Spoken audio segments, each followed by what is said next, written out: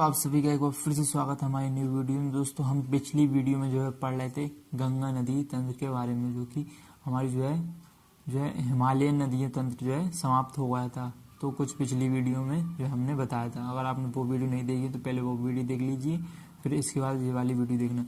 तो इसमें हम पढ़ने वाले हैं प्रायद्वीपीय नदियों के बारे में, जो कि मध्य में और जो है दक्षिण में स्थित हैं। तो इन सभी के बारे में हम जो है डिटेल्स में पढ़ने वाले हैं। तो चलो वीडियो स्टार्ट करते हैं। सबसे पहले जो है हम हिमालयी नदियां और प्रायद्वीपीय नदियों में क्या अंतर है।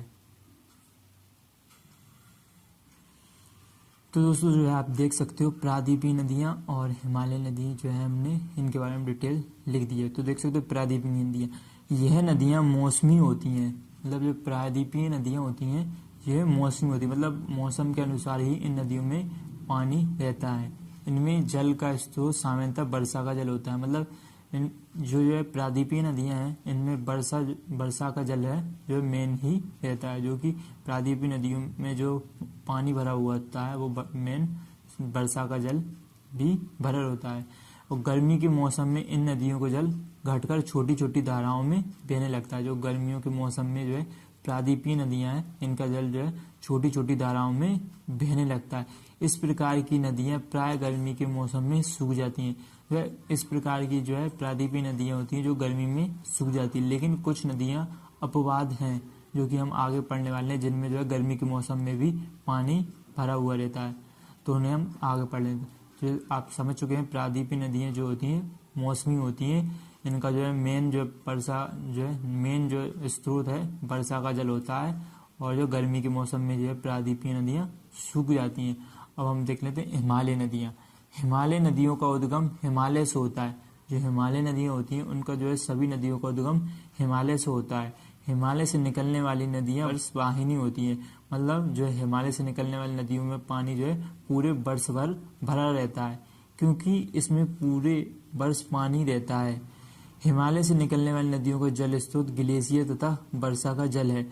जो हिमालय से निकलने वाली नदियां हैं जो इनका जो है मुख्यतः जल नदियों में जल कहाँ से आता है, ग्लेशियर से, जो कि हिमालय पर स्थित है। यह जो पिघल कर इन नदियों को जल आता है, और वर्षा का जल भी इन नदियों में आता है। तो इस प्रकार इसका जो है वर्षा के स्रोत दो हैं, एक ग्लेशियर से आता है हिमालयी नदियों में पानी, और एक वर्षा के जल से। और जबकि प्रायद्वीपीय नदियों में सिर्फ वर्षा के जल से पानी आता है। इसलिए जो प्रायद्वीपीय नदियां गर्मी के मौसम में सूख जाती हैं, और हिमालयी नदियां गर्मियों के मौसम में नहीं सूखती। इनमें जो है वर्ष भर पानी भरा रहता है। तो चलो हम आगे देखते हैं प्रायद्वीपीय और खाड़ी में क्या अंतर है। तो दोस्तों देख सकते हो प्रायद्वीप यानी पेनिनसुला और खाड़ी यानी बे। इन्हें हम समझ लेते हैं। इनका प्रायद्वीप का मतलब क्या होता है और खाड़ी का मतलब क्या होता है, क्योंकि हम जो है प्रायद्वीपीय नदियां पढ़ते समय इनका हमें काम में आएगा। क्योंकि जो प्रायद्वीपीय नदियां जो है इसे प्रायद्वीप क्यों कहते हैं, क्योंकि प्रायद्वीप भूमि का वह भाग होता है जो तीन ओर से पानी से घिरा होता है, लेकिन एक तरफ से मुख्य भूमि से जुड़ा हुआ होता है। प्रायद्वीपीय वह भाग होता है जो तीन ओर से पानी से घिरा हुआ होता है। आप देख सकते हो भारत का जो है दक्षिण का हिस्सा है, इसमें जो है तीन ओर से जो है पानी से घिरा हुआ है। एक इधर से, और एक इस साइड से पानी से घिरा हुआ है, और एक इस साइड से, और एक साइड जो है भूमि से जुड़ा हुआ है। तो इस प्रकार के जो है क्षेत्र को हम कहते हैं प्रायद्वीप। और खाड़ी किसे कहते हैं, इसी के विपरीत जो होता है खाड़ी होता है। खाड़ी में जो है समुद्र का वह भाग जो स्थल में काफी दूर तक प्रवेश कर जाता है तथा तीन ओर से स्थल से घिरा होता है। यहाँ पर क्या होता है, तीन ओर से जल से घिरा हुआ होता है, और यहाँ पे तीन ओर से स्थल से घिरा हुआ होता है, उसे खाड़ी कहते हैं। आप देख सकते हो ये जो है खंबात की खाड़ी है। इसमें जो है इसमें अंदर तक प्रवेश कर चुका है, जो है समुद्र का जल का जो है भाग है अंदर तक प्रवेश कर। इसमें जो है तीन ओर से जो है स्थल से घिरा हुआ है। आप देख सकते हो इस साइड से भी स्थल है, और इस साइड से भी स्थल है, और जो है इस साइड से भी स्थल है, और एक साइड से जो है समुद्र के जल से जुड़ा हुआ है। इस प्रकार का हम खाड़ी कहते हैं। आप यहाँ पर भी देख सकते हो ये भी खाड़ी है और ये भी खाड़ी है। तो ये प्रायद्वीपीय और खाड़ी एक दूसरे के विपरीत हैं। ये प्रायद्वीपीय जो है तीन तरफ से जो है जल से घिरा हुआ होता है, और खाड़ी जो है तीनों तरफ से जो है स्थल से घिरी हुई होती है। आई होप आपको समझ में आया होगा। तो अब हम चल लेते हैं आगे। तो दोस्तों जो है आप देख सकते हो जो कुछ इस प्रकार से जो है प्रायद्वीपीय नदियां हैं। तो जो है सबसे पहले मैं इनको जो है एक साथ में लिख लिया है। इसके बाद हम जो है इनको सभी को डिटेल में पढ़ने वाले। दक्षिण भारत की नदियों को 2 भागों में बांटा गया है। जो है दक्षिण भारत या प्रायद्वीपीय नदियों को 2 भागों में बांटा गया है। एक जो बंगाल की खाड़ी में गिरने वाली नदियां जो है ये सभी जो है बंगाल की खाड़ी में गिरने वाली नदियां हैं, और अरब सागर में गिरने वाली नदियां ये सभी हैं। तो बंगाल की खाड़ी में गिरने वाली नदियां आप देख सकते हो दामोदर नदी, स्वर्णरेखा नदी, बैतरणी नदी, ब्रह्मणी नदी, महानदी, गोदावरी नदी, कृष्णा नदी, कावेरी नदी, पेन्नार नदी, वैगई नदी और ताम्रपर्णी नदी। ये कुछ बंगाली खाड़ी में गिरने वाली सभी नदियां हैं। तो कुछ महत्वपूर्ण है तो उन्हें हम ज़्यादा डिटेल से पढ़ेंगे, और कुछ जो है हम ऊपर से पढ़ने वाले हैं। अब देख लेते हैं अरब सागर में गिरने वाली नदियां। तो अरब सागर में सबसे ऊपर आती है साबरमती नदी, माही नदी, नर्मदा नदी, ताप्ती नदी, मांडवी नदी और जुआरी नदी, सरवती नदी, गंगा वैली नदी, पेरियार नदी और भारतपूजा नदी। ये जो है सभी नदी जो है अरब सागर में गिरती हैं, और इन्हीं में एक आती है जो है लूनी नदी, जो कि जो है भूमिगत हो जाती। इसे भी जो है हम इस वीडियो में पढ़ने वाले हैं प्रायद्वीपीय नदियों में। तो जो दोस्तों जो है मैप की मदद से हम पढ़ने वाले हैं सभी नदियों को। तो जो है सभी नदियों को हम डिटेल से पढ़ लेते हैं। दोस्तों जो है हमने जो है मध्य भारत और दक्षिण भारत का जो है प्रायद्वीपीय नदियों वाला क्षेत्र में जो है उसका जो है चित्र बना लिया, और उसमें जो है नदियाँ भी ड्रॉ कर ली हैं। तो आप देख सकते हो ये सभी जो है बंगाली खाड़ी में गिरने वाली नदियाँ हैं, और ये इस साइड की जो है नदियाँ जो है अरब सागर में गिरने वाली नदियाँ हैं। तो सबसे पहले जो है बंगाल की खाड़ी में गिरने वाली नदियों को पढ़ लेते हैं। तो सबसे ऊपर है दामोदर नदी। तो जो है दामोदर नदी कुछ इस प्रकार से है, जो कि गंगा नदी की से निकलती हुगली नदी उसमें जाकर मिल जाती है और बंगाली खाड़ी में मिल जाती है। तो इस दामोदर नदी को हम डिटेल से पढ़ लेते हैं। तो दोस्तों आप देख सकते हो दामोदर नदी है, इसका उद्गम जो है छोटा नागपुर के पठार झारखंड से होता है। दामोदर नदी का उद्गम छोटा नागपुर पठार झारखंड से होता है, और इसका जो है भाव क्षेत्र मतलब ये कहाँ कहाँ से बहकर जाती है। तो सबसे पहले इसका उद्गम झारखंड से होता है, इसके बाद पश्चिम बंगाल से होते हुए बंगाल की खाड़ी में मिल जाती है दामोदर नदी। और इस दामोदर नदी की विशेषता क्या है, दामोदर नदी जो है झारखंड से निकलकर पश्चिम बंगाल में हुगली नदी में जाकर मिल जाती है। जो दामोदर नदी झारखंड से निकलकर पश्चिम बंगाल में जो है पश्चिम बंगाल में यहाँ पर जो है हुगली नदी में जाकर मिल जाती है, जो कि हुगली नदी जो है गंगा से निकलकर बनी हुई है। इसके बाद जो बंगाल खाड़ी में जाकर मिल जाती है। तो इसके बाद हम जो है अगली नदी देख लेते हैं। इसके बाद जो है अगली नदी जो है स्वर्णरेखा नदी, ये भी इसी के पास से निकलती है, और ये भी झारखंड से निकलती है। तो इसे भी हम जो है दोस्तों आप देख सकते हो स्वर्णरेखा नदी, इसका जो उद्गम कहाँ से होता है, सांची के निकट छोटा नागपुर के पठार झारखंड से। इस नदी का भी उद्गम जो है झारखंड से ही होता है, छोटा नागपुर के पठार से। और इसका भाव क्षेत्र कहाँ कहाँ पर है, जो झारखंड से निकलती है, उड़ीसा में जाती है, फिर इसके बाद पश्चिम बंगाल होते हुए बंगाल की खाड़ी में जाकर जो है गिर जाती है स्वर्णरेखा नदी। तो इसके बाद जो है अगली नदी देख लेते हैं। तो दोस्तों जो है इसके बाद है बैतरणी नदी, जो कि उड़ीसा से निकलती है। ये जो है एग्जाम में क्वेश्चन में पूछा जाता है कि कौन सी नदी जो है झारखंड से नहीं निकलती, और इनमें 4 ऑप्शन दे दिए जाते हैं। एक दामोदर नदी, स्वर्णरेखा नदी, बैतरणी नदी और ब्रह्मणी नदी। तो ये दामोदर नदी, स्वर्णरेखा नदी और बैतरणी नदी तो जो है झारखंड से निकलती है, वो ब्रह्मणी नदी। लेकिन जो बैतरणी नदी जो है झारखंड से नहीं निकलती, ये जो है उड़ीसा से निकलती है। तो बैतरणी नदी के बारे में भी जो है डिटेल से हम पढ़ लेते हैं। तो जो है बैतरणी नदी जो है क्योंझर पठार उड़ीसा से निकलती है, और इसका भाव क्षेत्र जो है उड़ीसा में ही बहती है। इसके बाद जो बंगाली खाड़ी में जाकर मिल जाती है। इसके बाद अगली नदी है ब्रह्मणी नदी, ये भी जो है झारखंड से ही निकलती है। तो इसको भी हम जो है डिटेल से पढ़ ले। तो जो है ब्रह्मणी नदी जो है 2 नदियों से मिलकर बनी हुई है, एक संक नदी और एक कोयल नदी। जो है संग नदी और कोयल नदी जो राउरकेला में जाकर मिल जाती है, इसके बाद जो जहाँ से ब्रह्मणी नदी बन जाती है। तो जो है इस नदी की जो है विशेषता देख लेते हैं। झारखंड से आने वाली 2 नदियाँ संक और कोयल नदी, शंख और कोयल नदी उड़ीसा के राउरकेला में, जो उड़ीसा के जहाँ पर जो है राउरकेला में मिल जाती हैं, वहीं से ये ब्रह्मणी नदी कहलाती है, और ये वहीं से जो है ब्रह्मणी नदी कहलाती है, और आखिर में जाकर बैतरणी नदी के पास बंगाल की खाड़ी में मिल जाती है, जो उड़ीसा के जहाँ पर जो है राउरकेला में मिल जाती हैं, वहीं से ये ब्रह्मणी नदी कहलाती है, और ये वहीं से जो है ब्रह्मणी नदी कहलाती है, और आखिरी में जाकर बैतरणी नदी के पास बंगाल की खाड़ी में मिल जाती है। आखिरी में जाकर जो है बैतरणी नदी के पास बंगाल की खाड़ी में जाकर मिल जाती है।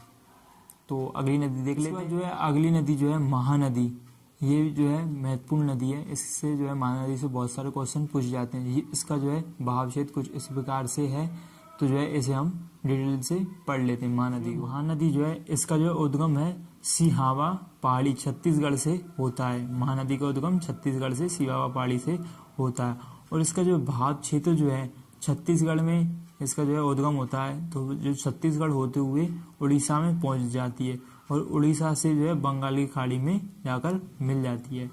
तो इसकी जो है विशेषता देख लेते हैं। उड़ीसा के कटक शहर में यह नदी डेल्टा बनाती है। जो महानदी जो है डेल्टा बनाती है उड़ीसा के कटक शहर में। जो है डेल्टा के बारे में जो है आपको पिछली वीडियो में जो है ब्रह्मपुत्र नदी के तंत्र में आपको जो है गंगा नदी तंत्र में आपको जो है बता दिया था डेल्टा के बारे में, जो कि गंगा और ब्रह्मपुत्र मिलकर जो डेल्टा बनाती हैं। तो इसके बाद जो है तेल नदी और जोग नदी इसकी सहायक नदी है। कौन सी नदी? तेल नदी और जोग नदी। एग्जाम में क्वेश्चन ही पूछा जा चुका है कि तेल नदी किसकी सहायक है, तो यह महानदी की सहायक नदी है, और इसी नदी पर हीराकुंड बांध बना हुआ है। किस नदी पर? महानदी पर हीराकुंड बांध बना हुआ है। तो इसके बाद अगली नदी देखिए। इसके बाद जो महानदी के पास में ही जो है चिल्का झील भी स्थित है। आप देख सकते हो यहाँ पर जो है चिल्का झील भी स्थित है। और इसके बाद हम देख लेते हैं अगली नदी गोदावरी नदी, जो आप देख सकते हो कुछ इस प्रकार से गोदावरी नदी का जो है तो इसके बारे में भी जो हम डिटेल से पढ़ लेते हैं गोदावरी नदी के बारे में। तो आप देख सकते हो गोदावरी नदी जो है इसका जो है उद्गम जो है त्र्यंबकेश्वर नासिक महाराष्ट्र से होता है, और इसका भाव क्षेत्र देख लेते हैं। गोदावरी नदी का जो गोदावरी नदी जो है महाराष्ट्र से निकलती है। कहाँ से? महाराष्ट्र में नासिक से। इसके बाद जो है छत्तीसगढ़ होते हुए तेलंगाना में जाती है। इसके बाद आंध्र प्रदेश में जाकर जो है बंगाल की खाड़ी में जाकर मिल जाती है। कौन सी नदी? गोदावरी नदी। अब जो है गोदावरी नदी की जो है विशेषता देख लेते हैं। गोदावरी नदी की जो लंबाई है 1465 किलोमीटर है। यह दक्षिण भारत की सबसे लंबी नदी है। ये कहाँ की है? दक्षिण भारत की सबसे लंबी नदी है, और भारत की सबसे लंबी नदी तो कौन सी है? गंगा। और यह जो है गोदावरी जो है दक्षिण भारत की सबसे लंबी नदी है। और जो है इस नदी को जो गोदावरी नदी को बृहद गंगा, बूढ़ी गंगा और दक्षिण की गंगा भी कहते हैं गोदावरी नदी को।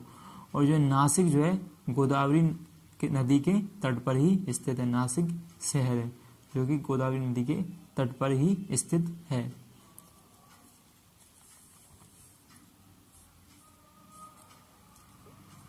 तो जो देख सकते हो आपको जो इस प्रकार से गोदावरी नदी है, ये इसका गोदावरी नदी का उद्गम जो है त्र्यंबकेश्वर से होता है, और इसके बाद जो है इसमें जो है एक पूर्णा नदी आकर मिलती है बाईं ओर से। आप देख सकते हो ये इस साइड जो नदी जा रही है तो इसका जो है बाईं साइड इस साइड होगा। अगर आप इस साइड जो नदी जा रही है इसी साइड मुंह कर खड़े होते हैं तो आपका जो है जौन सा हाथ बायां होगा तो उस साइड बाईं ओर, और जौन सा हाथ आपका जो दायां होगा तो उस साइड दायां ओर। तो जो बाईं ओर से पूर्णा नदी आकर मिलती है। इसके बाद आगे चलने पर एक जो है मंजीरा नदी भी जो है दाईं ओर से मिलती है। इसके बाद आगे चलने पर इसमें जो है एक पेनगंगा नदी मिलती है, और पेनगंगा नदी में जो है बरदा नदी भी आकर मिलती है। और इसके बाद आगे चलने पर इसमें एक बेनगंगा नदी भी मिल जाती है, और इन तीनों को यहाँ इस जो है नदी में संगम हो जाता है। और इसके बाद एक नई नदी बन जाती है जिसका नाम होता है प्राणहिता। ये भी आकर जो है गोदावरी नदी में मिल जाती है। इसके बाद आगे चलने पर इसमें जो है एक इंद्रावती नदी भी मिल जाती है बाईं ओर से, और इसके बाद आकर सबरी नदी भी इसमें मिल जाती है। और इसके बाद जो है आंध्र प्रदेश से जो है बंगाल की खाड़ी में जाकर मिल जाती है। कुछ इस प्रकार से जो है गोदावरी नदी का जो है पूरी मैप था। तो अगली नदी देख लेते हैं।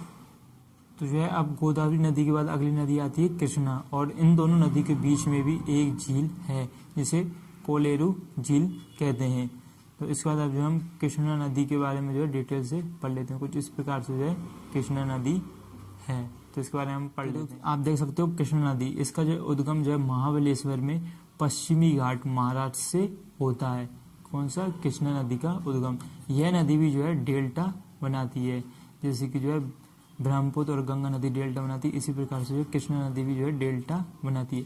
इसका भाव क्षेत्र जो है महाराष्ट्र से जो है इसका उद्गम होता है कृष्णा नदी का। इसके बाद कर्नाटक से होते हुए तेलंगाना, इसके बाद आंध्र प्रदेश में जो है बंगाल की खाड़ी में जाकर जो है मिल जाती है।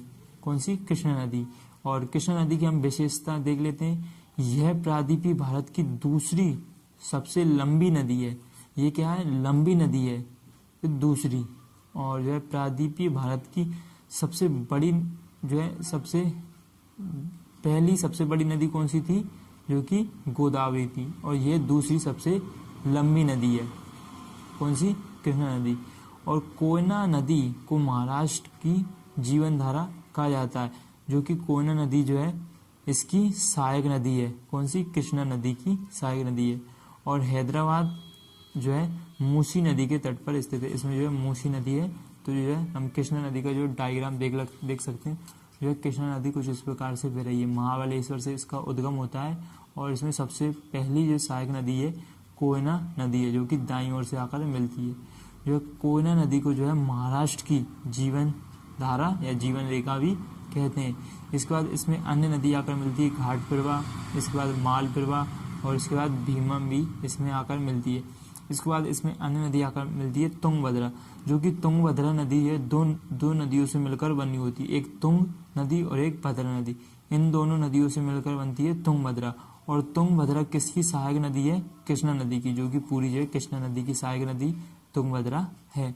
इसके बाद इसमें आगे से आकर मिलती है एक मूसी नदी, और इसी मूसी नदी पर जो है हैदराबाद भी स्थित है। इसके बाद जो है आंध्र प्रदेश से होते हुए जो है कृष्णा नदी जो है बंगाल की खाड़ी में जाकर मिल जाती है।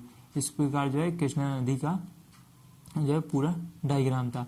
तो इसके बाद जो है अगली नदी देख ले। इसके बाद जो है अन्य नदी जो है कृष्णा नदी की बात आती है पेन्नार नदी, ये भी इसी के पास में स्थित है। तो इसे भी हम जो डिटेल से पढ़ लेते हैं। कुछ इस प्रकार से उसका डायग्राम है। दोस्तों पेन्नार नदी आप देख सकते हो, इसका उद्गम जो है कर्नाटक के कोलार में होता है। उसका पेन्नार नदी का उद्गम। इसका भाव क्षेत्र देख लेते हैं। कर्नाटक, आंध्र प्रदेश से ये बंगाल की खाड़ी में जाकर मिल जाती है।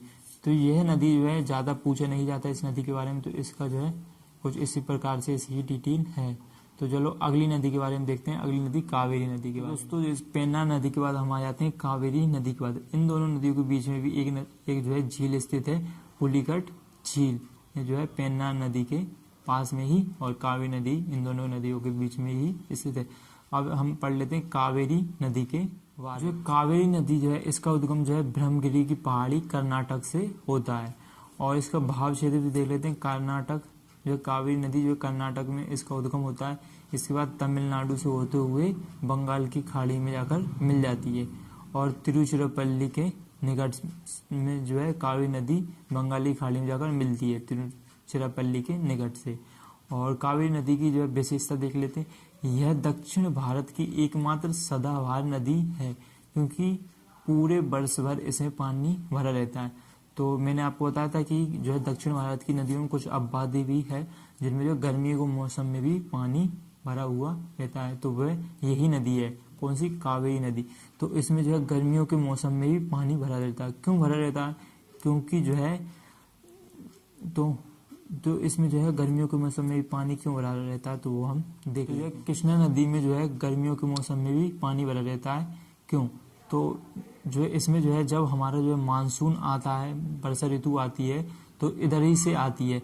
तो जब ये मानसून आता है, इधर से एंटर करता है, तब यहाँ पर जो है इस जो है तमिलनाडु के एरिया में जो है बारिश हो जाती है। इसके बाद इसमें पानी भर जाता है।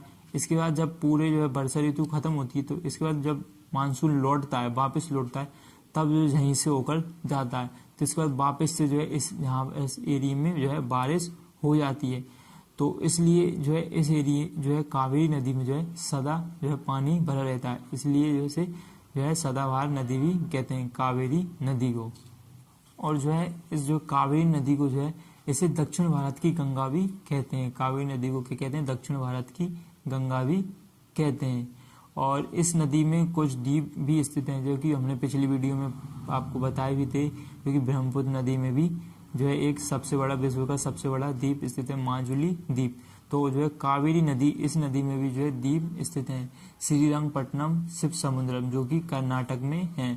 और इसके बाद एक अन्य जो है द्वीप है श्रीरंगम, जो कि तमिलनाडु में है। कुछ द्वीप भी स्थित हैं, जो कि हमने पिछली वीडियो में आपको बताए भी थे, क्योंकि ब्रह्मपुत्र नदी में भी जो है एक सबसे बड़ा, विश्व का सबसे बड़ा द्वीप स्थित है, माजुली द्वीप। तो जो है कावेरी नदी, इस नदी में भी जो है द्वीप स्थित हैं, श्रीरंगपट्टनम, शिव समुद्रम, जो कि कर्नाटक में है। और इसके बाद एक अन्य जो है द्वीप है श्रीरंगम, जो कि तमिलनाडु में है, जो कि कावेरी नदी में स्थित द्वीप है। इसके बाद जो है हम अगली नदी के बारे में पढ़ लेते हैं। तो जो है अगली नदी जो है बेगई नदी, ये भी जो है तमिलनाडु में बहती है, तो इसके बारे में भी जो हम पढ़ लेते हैं। तो जो बेगई नदी है, इसका उद्गम जो है बरसानाडु पहाड़ी से होता है। तमिलनाडु में बरसानाडु पहाड़ी से होता है। और ये जो है नदी जो है पाक की खाड़ी में जाकर मिल जाती है। पाक की खाड़ी मतलब पाकिस्तान में नहीं, ये पाक की खाड़ी मैं भी आपको बता दूंगा। इसके बाद मदुरै शहर बेगई नदी के तट पर ही स्थित है। बेगई नदी के तट पर कौन सा शहर है? मदुरै शहर, जो कि क्वेश्चन में पूछा जाता है, मदुरै शहर किस नदी के तट पर स्थित है? तो बेगई नदी के तट पर स्थित है। पाक की खाड़ी के बारे में समझ लेते हैं। तो जो है भारत और जो श्रीलंका जो है, जहाँ पर जो है स्थित है, इसके बीच में जो है राम सेतु है। तो इसके जो इस साइड जो राम सेतु के जो है समुद्र है, उस क्षेत्र को हम कहते हैं पाक की खाड़ी। और इसका जो इस साइड वाला क्षेत्र जो है अरब सागर वाला क्षेत्र, इस क्षेत्र को कहते हैं मन्नार की खाड़ी। तो आप आई होप आपको समझ में आ चुका होगा कि पाक की खाड़ी जो है बंगाली खाड़ी जो है राम सेतु के इस साइड के क्षेत्र को पाक की खाड़ी जो है। बेगई नदी भी जो है पाक की खाड़ी में जाकर मिलती है। और ताम्रपर्णी नदी जो है मन्नार की खाड़ी में जाकर मिलती है। तो ताम्रपर्णी नदी को हम देखते हैं। ताम्रपर्णी नदी जो है मन्नार की खाड़ी में जाकर मिलती है। तो जो है कावेरी नदी पर जो है एक जल विवाद भी हो रखा है, तो जो कि केरल, कर्नाटक और तमिलनाडु के बीच में है। तो दोस्तों जो है अब हम देख लेते हैं अरब सागर में गिरने वाली नदियों के बारे में। तो सबसे ऊपर आती है लूनी नदी, जो कि राजस्थान में बहती है। तो इस लूनी नदी के बारे में हम डिटेल से पढ़ लेते हैं। तो जो लूनी नदी जो है, इसका उद्गम जो है अरावली पहाड़ी अजमेर में राजस्थान से होता है। राजस्थान में अजमेर से जो है लूनी नदी का जो है उद्गम होता है। इसका भाव क्षेत्र कहाँ है? तो राजस्थान में बहती है। इसके बाद गुजरात में जो है कच्छ के रण में जो है विलुप्त हो जाती है। लूनी नदी जो है कच्छ के रण में विलुप्त हो जाती है ये नदी। तो इसकी विशेषता देख लेते हैं। यह नदी गुजरात के कच्छ के रण में विलुप्त हो जाती है। कौन सी? लूनी नदी। और मरुस्थलीय क्षेत्र में बहने के कारण इसे मरुस्थलीय नदी भी कहते हैं। किसे? लूनी नदी को। और इसे रेगिस्तान की गंगा भी कहते हैं। लूनी नदी को क्या कहते हैं? रेगिस्तान की गंगा भी कहते हैं। यह नदी लवणीय है, इसलिए जो इसका जो है पानी जो है सॉल्टी है, नमकीन की तरह होता है। इसका लूनी नदी का पानी आपने जो है राजस्थान वाले एरिया में भी देखा होगा कि वहाँ का पानी जो है थोड़ा सॉल्टी होता है, थोड़ा नमकीन टाइप का होता है। तो जो है लूनी नदी का पानी कैसा होता है? लवणीय होता है। इसके बाद अगली नदी देख, तो जो है अगली नदी जो है साबरमती नदी, जो कि लूनी नदी के नीचे ही है।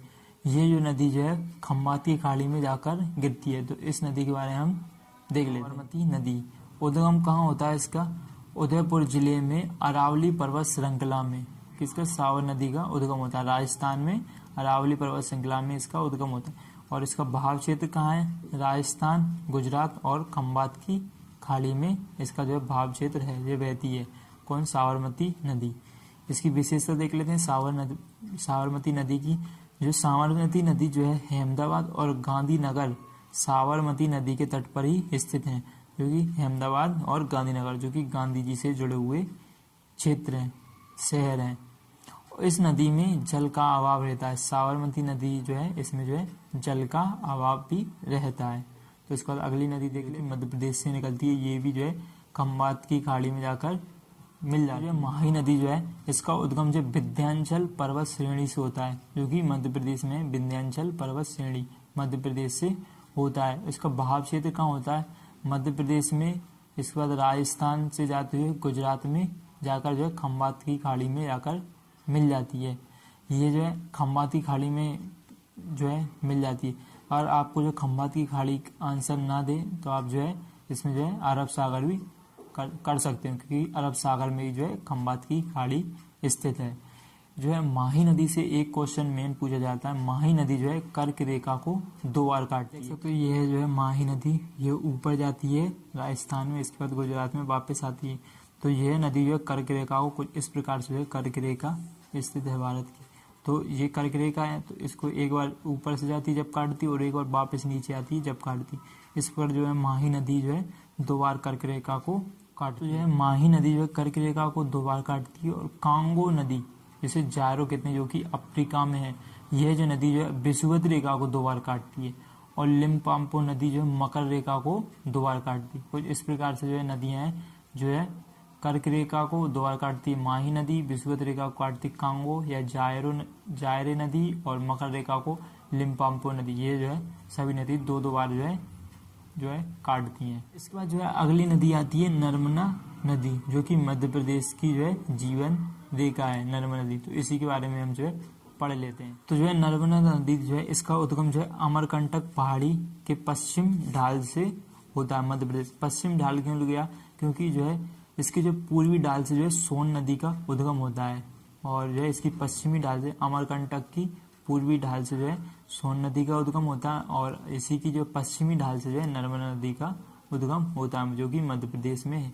और इस जो है नर्मदा नदी का उद्गम स्थल जो है भाव क्षेत्र देख लेते हैं, जो कि मध्य प्रदेश में बहती है। इसके बाद महाराष्ट्र में जो है बहुत कम एरिया इसका जो है 1-2% ही महाराष्ट्र में बहती है। इसके बाद गुजरात से जाकर जो है खंबात की खाड़ी में जाकर मिल जाती है। तो इसकी कुछ जो है अन्य जो है महत्वपूर्ण जो है विशेषता देख लेते हैं। जो है मध्य प्रदेश की जीवन धारा कहा जाता है। नर्मदा नदी को जो है मध्य प्रदेश की जीवन धारा या जीवन रेखा कहा जाता है। और जो है नर्मदा नदी जो है ज्वार नदी मुख एस्चुरी का निर्माण करती है। कौन? नर्मदा नदी। तो इस एस्चुरी को हम आगे समझेंगे, एस्चुरी क्या होती है। तो जो है निर्माण एस्चुरी का निर्माण करती है। तो जो है एस्चुरी क्या होती है, तो इसे समझ लेते हैं। जो है कुछ इस प्रकार से जो है 2 चित्र देख सकते हो। यह नदियों के चित्र हैं जो कि जो है महासागरों में मिल रही हैं। तो एक चित्र में जो है डेल्टा को समझाया गया है, और एक चित्र में एस्चुरी। तो डेल्टा को जो है हमने पिछली वीडियो में समझा दिया है, लेकिन मैं अभी भी समझा देता हूँ। तो आप सकते हो डेल्टा जो है नदी जो है आती है, तो अपने साथ कुछ जो है मिट्टियाँ लाती है, मिट्टी या कुछ जीव जंतुओं के मृत अवशेष वगैरह अपने साथ में बहाकर लाती हैं। और इसके बाद जो समुद्र और जो है नदियों को मुहाना होता है, वहाँ पर जो है एकत्रित कर देती है। क्योंकि जो है ये नदी जो है काफ़ी जो है लंबी भी होती हैं, और इनका जो है पानी जो है यहाँ पर समुद्र में मिलने के स्थान पर जो है काफ़ी बहुत धीमा हो जाता है। इसके बाद यह बहा नहीं पाती। इसके बाद ये जो है अपने साथ लाई गई मिट्टी को आगे नहीं बहा पाती, इसलिए यहाँ पर छोड़ देती हैं और साइड से अपना रास्ता बना लेती हैं, और इसके बाद जो है समुद्र में मिल जाती हैं। कुछ इस प्रकार से इसी क्षेत्र को जो है डेल्टा कहा जाता है। इसके बाद समझ लेते हैं एस्चुरी। एस्चुरी जो होता है, जो एस्चुरी वह नदी बनाती है जिनका पानी बहुत तेज स्पीड में आती हैं, और जो है महासागर में मिल जाती हैं। यह अपने साथ ज़्यादा जो है मिट्टी वगैरह नहीं लाती हैं।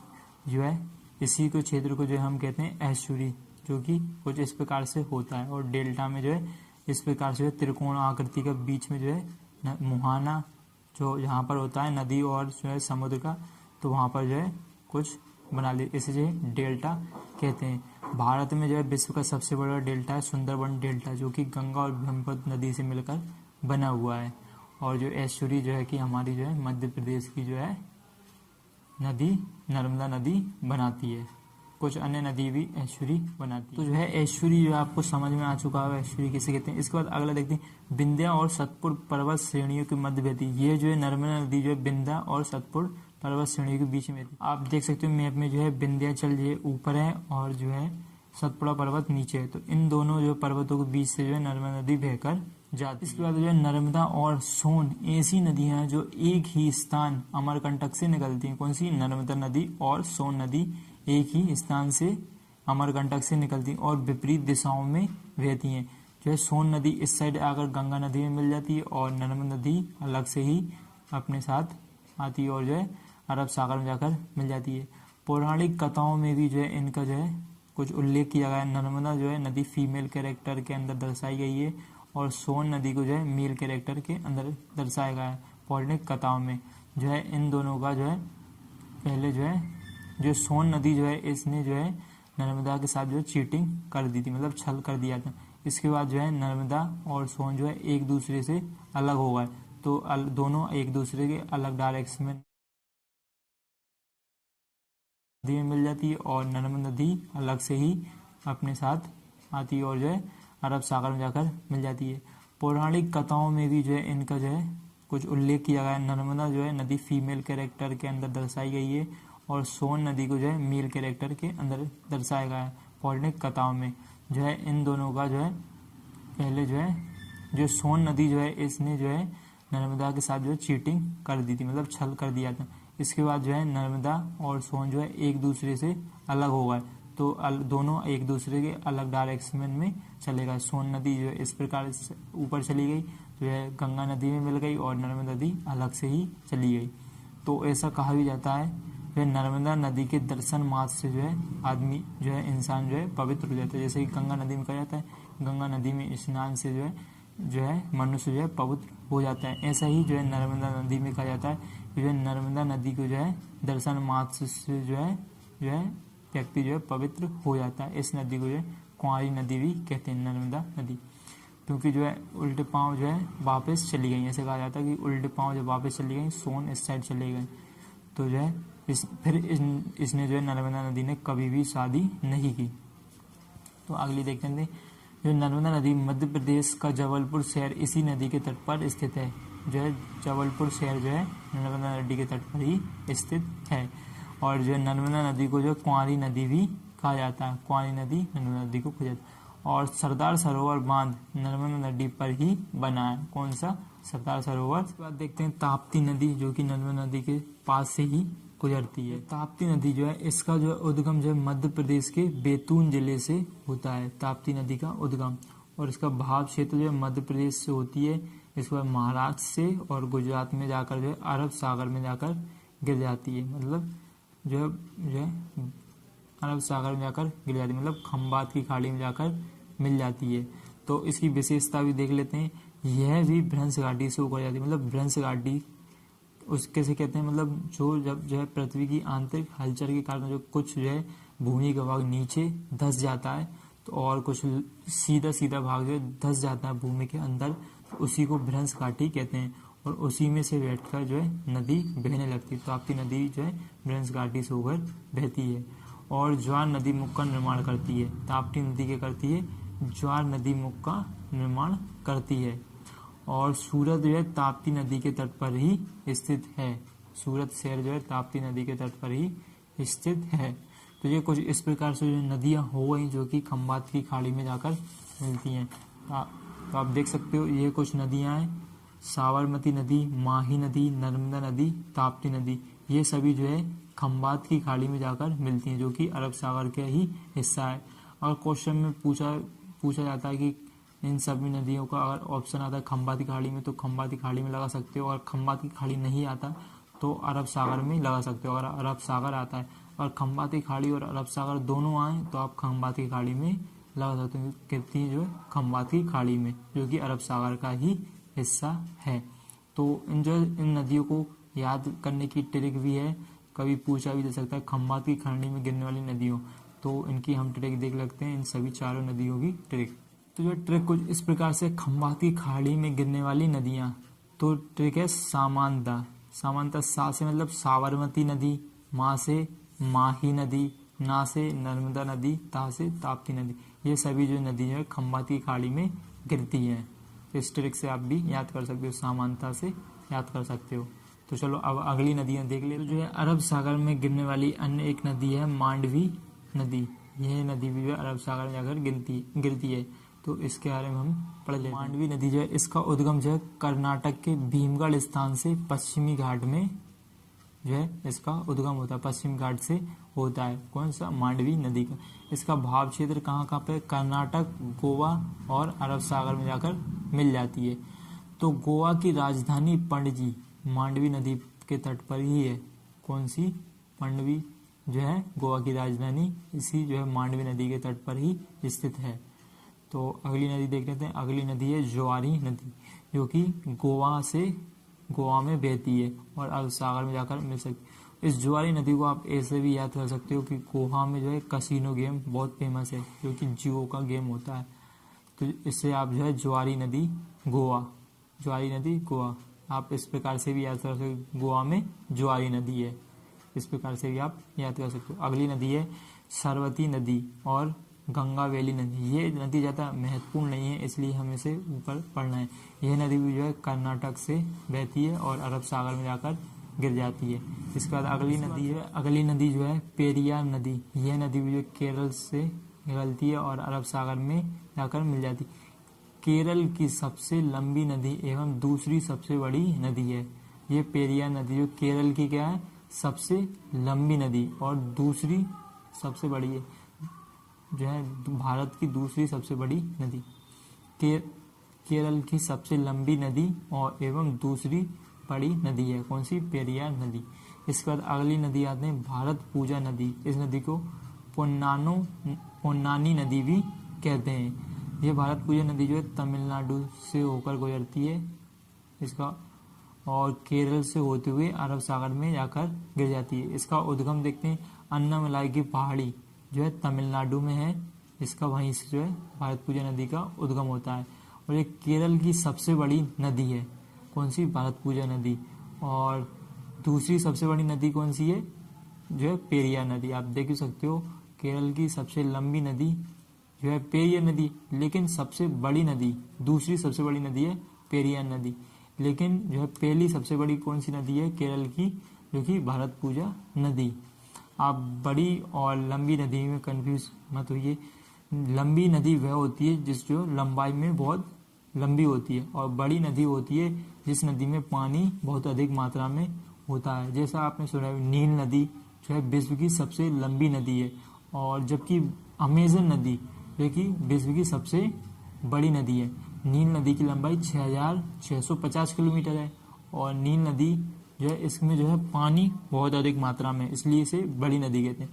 और नील नदी को लंबी कहते हैं क्योंकि यह लंबाई में बहुत लंबी कुछ इस प्रकार से जो है प्रायद्वीपीय नदियों का जो टॉपिक हमारा समाप्त होता है। तो जो हमने जो 3-4 वीडियो के पार्ट में इनमें जो है पूरी जो है भारत की नदियों के बारे में बेसिक से जो हमने सभी डिटेल्स में पढ़ लिया होगा। आई होप आपको जो है सभी नदियों के बारे में हमें जो है समझ आ गया होगा।